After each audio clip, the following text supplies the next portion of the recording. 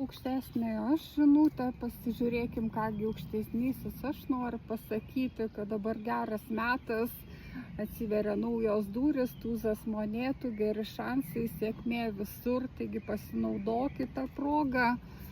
Ir kad tai susijęs su tokiais staigiais netgi pokyčiais, matosi įdomi tokia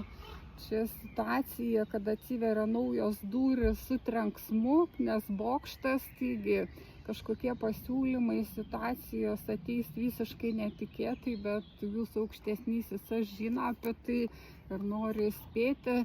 kad tai į gerą matosi, kad išsipildys jūsų svajonės, didysis arkanas žvaigždė, taigi matyt atėjo ta metas, kad pribrendo, kažko jūs nepaėmėt ir visą tą atsiunčia tą gerąjį bokštą, kad svajonė išsipildytų. Ir tai susiję su ugnies stichija, kažkokiais ugningais dalykais, su kūryba, su aistra, pasimatymais, veiklom, verslais, taigi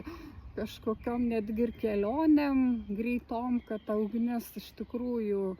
tokia greita stichija, taigi ugnis užsidegs ir matosi, kad tai iš tikrųjų rimtas, stabilu,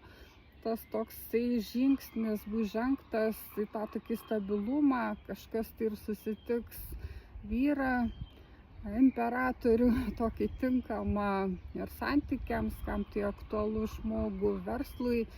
partnerį ar dar kažkokios situacijos, kažkas ras tinkamą būstą, kažkokį darbo pasiūlymą, taigi visiems į gerą, bet matosi, kad ta situacija lyg tai buvo jau pribrendusi jūsų lauke, kad jūs ilgai apie tai galvojat, keitėtės, kaupėt tą energiją, lyg tai tokį kaip potencialą, bet dar nepriėmėt to ir